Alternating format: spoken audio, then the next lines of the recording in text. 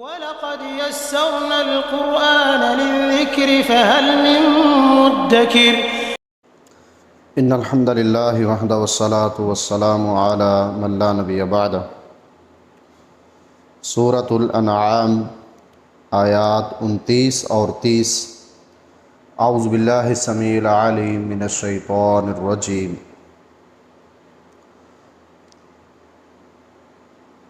وقالوا، اور وہ کہتے ہیں، ان ہیا نہیں ہے یہ زندگی الا مگر حیاتنا الدنیا ہماری دنیا کی زندگی ہی، وما نحن اور نہیں ہم بمبعوثین ہرگز اٹھائے جانے والے، ولو اور کاش ترا آپ دیکھیں، اذ جب وقفوا وہ کھڑے کیے جائیں گے، علی ربہم اپنے رب کے سامنے، قالا تو اللہ تبارک و تعالی فرمائیں گے، الیس ھذا کیا نہیں ہے یہ، بالحق حق سچ، قالوا وہ کہیں گے بلا کیوں نہیں، وربنا ہمارے رب کی قسم، پروردگار کی قسم، قالا تو اللہ تبارک و تعالی فرمائیں گے، فذوقوا تو پھر چکھو، العذاب عذاب سزا،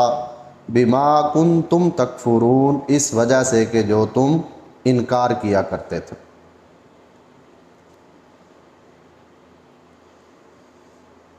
ان دو آیات میں اللہ تبارک و تعالی نے ان کفار مکہ کے متعلق بات بیان فرمائی ہے، وہ یہ ہے کہ اللہ کے وجود کو یہ مانتے تھے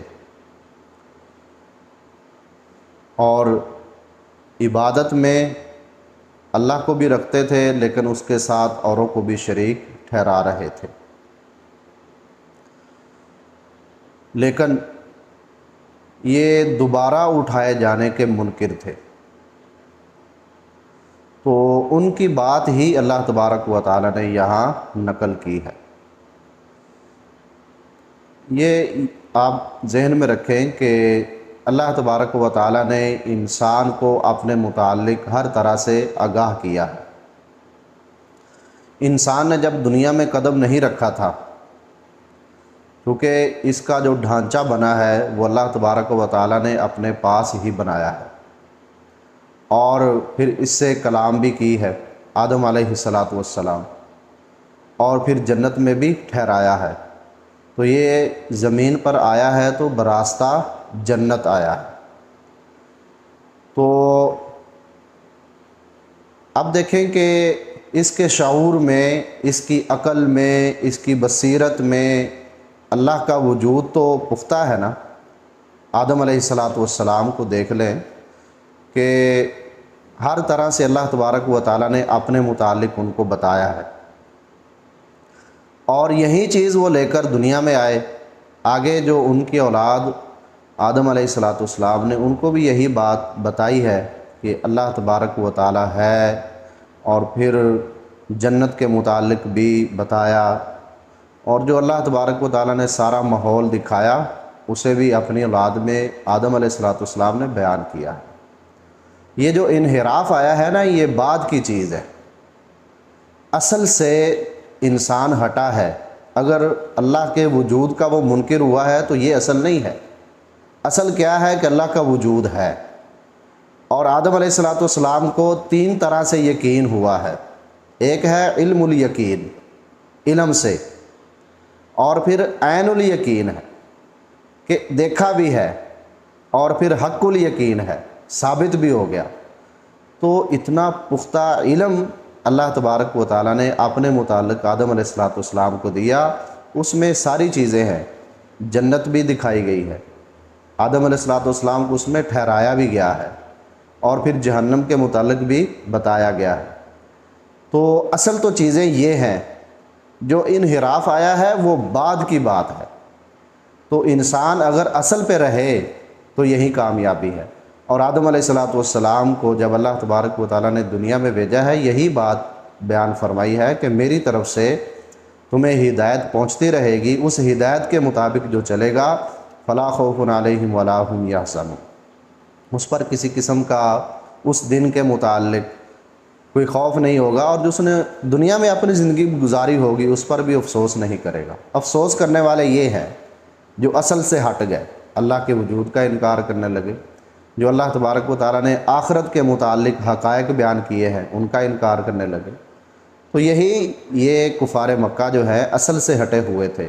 اللہ کے ساتھ شریک ٹھہرانے میں اصل یہ نہیں تھی، اصل کیا ہے کہ اللہ کا کوئی شریک نہیں ہے، اس کے ساتھ کسی کو بھی شریک نہ کیا جائے، اختیارات سارے اسی کے پاس ہے، اور اپنے اختیارات میں اس نے کسی کو اپنا ساجی اور رشتہ شریک وہ بالکل نہیں کیا، وہ ہر لحاظ سے یکتا ہے، اکیلا ہے۔ اصل یہی ہے۔ کفار مکہ اس اصل سے ہٹے اور پھر انہوں نے دوبارہ اٹھائے جانے کا بھی انکار کر دیا، اور یہ کہا کہ ہم زندگی تو مانتے ہیں لیکن یہی دنیا کی زندگی، اس کے علاوہ اور کوئی زندگی نہیں ہے۔ اور اے نبی صلی اللہ علیہ وسلم، یہ جو آپ بار بار بات کرتے ہیں کہ تمہیں دوبارہ اٹھایا جائے گا، تو ایسی بالکل بات نہیں ہے کہ ہمیں دوبارہ زندہ کیا جائے گا۔ پھر اللہ تبارک و تعالیٰ نے ان کی یہ دنیا کی بات نقل کرنے کے بعد قرآن مجید میں سورہ جاثیہ میں بھی اللہ تبارک و تعالیٰ نے ایسے لوگوں کی بات کو بیان کیا ہے۔ وَقَالُوا مَا هِيَ إِلَّا حَيَاتُنَا الدُّنْيَا نَمُوتُ وَنَحْيَا وَمَا يُهْلِكُنَا إِلَّا الدَّهْرُ، اور یہ کہتے ہیں کہ یہ جو ہماری زندگی اور موت کا سلسلہ چل رہا ہے نا، یہ صرف ہماری دنیاوی زندگی کے ساتھ ہے، اور یہ زمانہ ہی ہمیں جو چل رہا ہے، انسان پہ بڑھاپا آتا ہے تو وہ ایک وقت ہے، اس وقت میں وہ بوڑھا ہو جاتا ہے، ایک وقت ہے اس کا بچپن کا، لڑکپن کا، اور پھر جوانی کا، تو یہ وقت کے ساتھ ساتھ ہی اس کی زندگی ڈھلتی رہتی ہے، اور ایک وقت ایسا آتا ہے کہ یہ موت سے ہمکنار ہو جاتا ہے بس۔ تو اس کے پیچھے کوئی اللہ تبارک و تعالیٰ کا فیصلہ یا تقدیری معاملات وہ نہیں ہے، یہ زمانہ ہی ہمیں یہاں تک لے جاتا ہے۔ تو اس کے بعد جب ہم اس دنیا سے چلے جائیں گے، نہیں رہیں گے، اس کے بعد پھر کوئی ایسی زندگی نہیں ہے، تو یہ عقلی طور پر بھی درست نہیں ہے۔ آخر دنیا میں دیکھیں کہ فرعون نے اپنے متعلق جو الہ ہونے کا دعویٰ کیا ہے وہ کہاں جائے گا؟ دنیا میں بڑے بڑے ظالم لوگ گزرے ہیں جن پر کوئی ہاتھ نہیں ڈال سکتا تھا، ان کے ظلم کا مداوع کیسے کیا جائے گا؟ ان کے ظلم کے متعلق کیسے پوچھا جائے گا؟ جو مظلوم تھے، جن پہ ظلم ہوا ہے، ان کا مداوع کیسے کیا جائے گا؟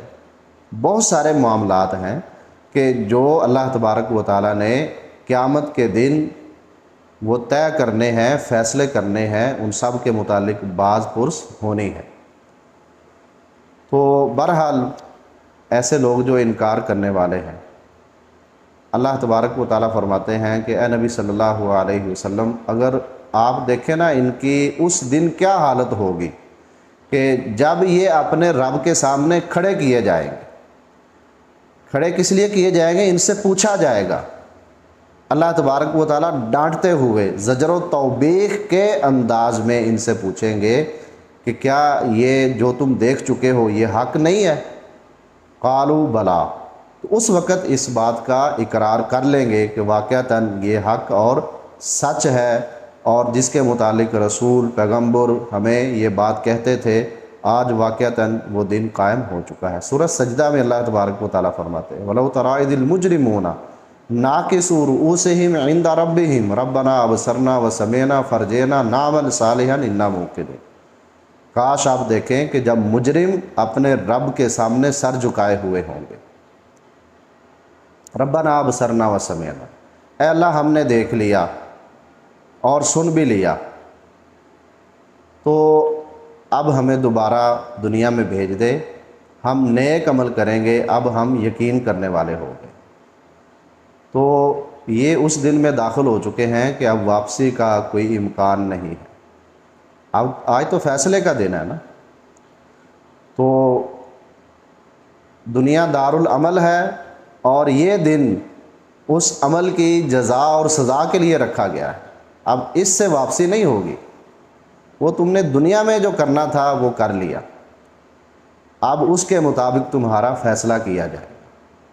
اسی طرح جب اللہ تبارک و تعالیٰ ان کو جہنم میں پھینک دیں گے، سورہ مومنون میں اللہ تبارک و تعالیٰ فرماتے ہیں کہ یہ کہیں گے ربنا اخرجنا منہا فإن عدنا فإنا ظالمون، اے اللہ اب ہمیں اس جہنم سے نکال دے، اگر ہم دوبارہ یہی کام کریں گے تو واقعتاً ہم ظلم کرنے والے ثابت ہو جائیں گے۔